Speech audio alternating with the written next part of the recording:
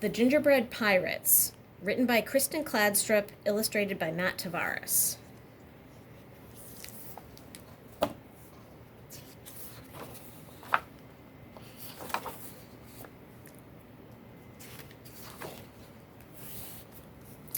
It was Christmas Eve, and Jim and his mother were making gingerbread men.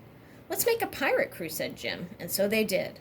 The captain had a gingerbread cutlass and a peg leg made from a toothpick. Jim loved him best of all. "You'd better leave some pirates out for Santa Claus to eat," said his mother. "Not Captain Cookie," said Jim. At bedtime, Jim took the captain to his room. "I wish you had a ship," he whispered as he climbed into bed. Then he lay awake, listening for reindeer hooves on the roof. Captain Cookie seemed to be listening, too. Jim fell asleep, but Captain Cookie went on listening. "Where's my crew?" he wondered, "and who's this Santa Claus who wants to eat them?" When the house was quiet, he swished his cutlass through the air. He tested his peg leg. Tap, step, tap, step, tap, step. He climbed down into darkness. Then he ran. Step, tap, step, tap, step, tap. He ran until he came to a cliff. He dropped his cutlass over it, then followed. He found his cutlass and then another cliff. So he did it all again, one cliff after another, until he reached the bottom. Then Captain Cookie had a shock.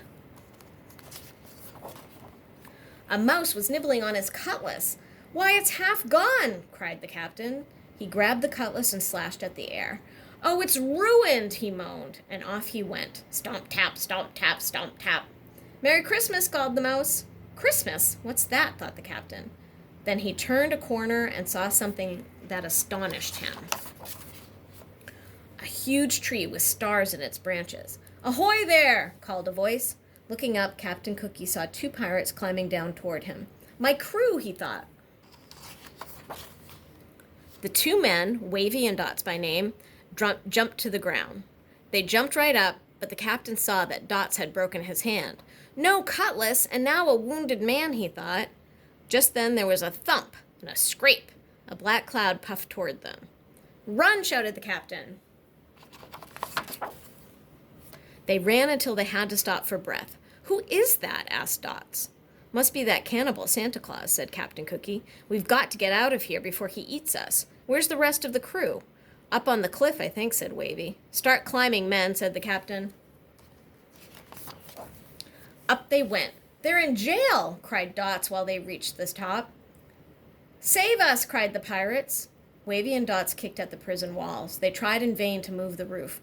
"What about a rope and pulley from the ship?" said Wavy. "What about the ship's cannon?" said Dots. "There is no ship," said the captain. Then he noticed a strange look on Wavy's face, and he whirled around. What he saw made him wish for his cutlass. A gigantic man was leaning over them. "Young Jim always leaves cookies for me," he said, "but the plate was empty, so I came here." "Look out, boys!" ordered the captain. The big man lifted the prison roof and peered in. "Don't you eat my crew!" shouted the captain, raising his fists. The big man blinked. "This is your crew?" he asked. "Yes," said the captain. "And who are you?" "I am Santa Claus, and I swear by my sleigh I won't eat your men." "Sleigh? What's that? Some kind of ship?"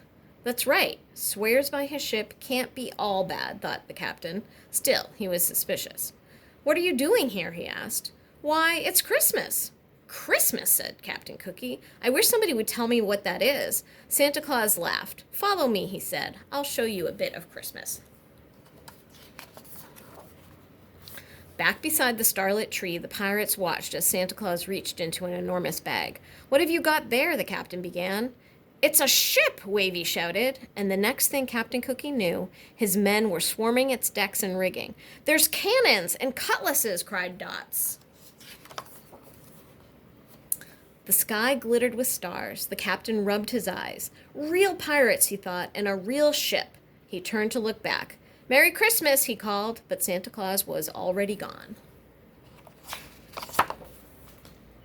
On Christmas morning, Jim's mother found an empty plate on the mantel. "It looks like Santa Claus found the gingerbread men," she said. But Jim was admiring his presents. His favorite was the pirate ship and its pirate crew. The captain had a cutlass and a peg leg, and Jim loved him best of all.